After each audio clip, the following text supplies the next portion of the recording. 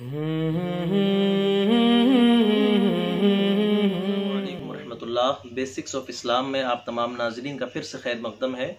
मैं आपकी दुआओं के साथ फिर से हाज़िर हूँ और आज एक सवाल का जवाब लेकर मैं हाज़िर हूँ। एक सवाल बड़ा किया जाता है, ये सवाल स्पेशली नौजवानों की तरफ से होता है और नौजवानों के लिए ही ख़ास ये वीडियो भी है। सवाल क्या होता है कि हज़रत हमारे जहन के अंदर बड़ी सोचें आती हैं और उन पर कंट्रोल नहीं है, काबू नहीं कर पाते, उनकी वजह से हम बड़े परेशान रहते हैं। तो इसका जवाब लेकर मैं हाजिर हूँ।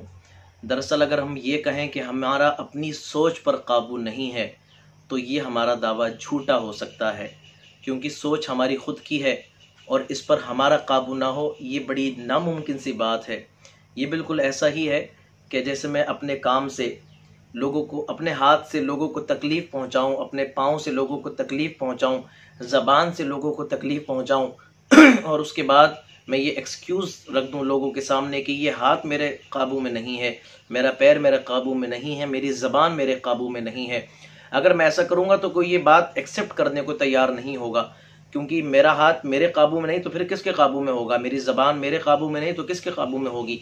इसी तरह अगर मेरा दिमाग मेरे काबू में नहीं तो फिर किसके काबू में होगा।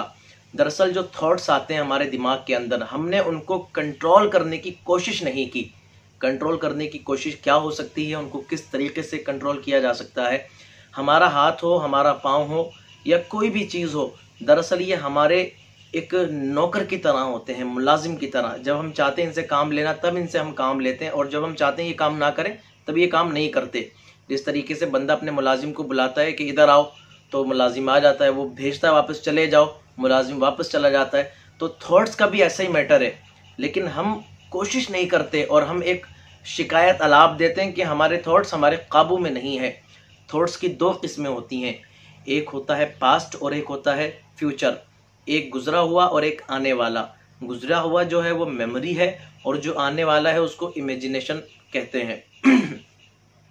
एक तो सोच ये हुई कि उस दिन मेरे साथ में ऐसा हुआ था, और एक सोच ये है कि जब मैं वहाँ पहुँचूँगा तो मैं इन कामयाबियों की मंजिलों पर पहुँच जाऊँगा। इसको इमेजिनेशन, और जो पीछे हुआ वो मेमोरी है। अब आप बताइए, जब हम उस तरफ अपना जहन लगाएंगे कि गुजरे दिनों क्या हुआ, तभी तो वो थॉट्स हमारे जहन के अंदर आएगा, जाहिर है। और जब हम उन चीज़ों की तरफ ध्यान लगाएंगे जो भी फ्यूचर में होने वाला है, तो फ्यूचर के जो इमेजिनेशन थॉट्स हैं वो तभी आएंगे जब हम ध्यान लगाएंगे। तो इसका मतलब ये हुआ कि ये हमारे ध्यान पर डिपेंड है।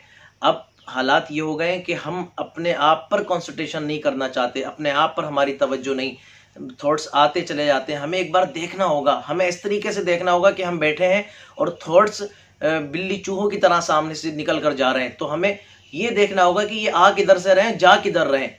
हमें कम से कम अपनी जो तवज्जो है वो अपनी तरफ मलहूज रखनी पड़ेगी, अपनी तवज्जो को बरकरार रखना होगा। तवज्जो हटती है इस वजह से ऐसा होता है, वरना थॉट्स हमारे काबू में क्यों नहीं हो सकते।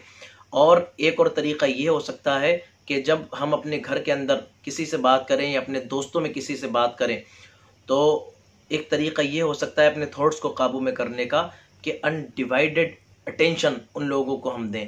अगर पापा से बात करें, भाई से बात करें, बहन से, अम्मी से, किसी से बात करें, अनडिवाइडेड अटेंशन। एक सेकंड के लिए भी कहीं और ध्यान ना जाए, एक सेकंड के लिए भी हम मोबाइल इस्तेमाल ना करें, बल्कि सामने उसी बंदे से बात करें।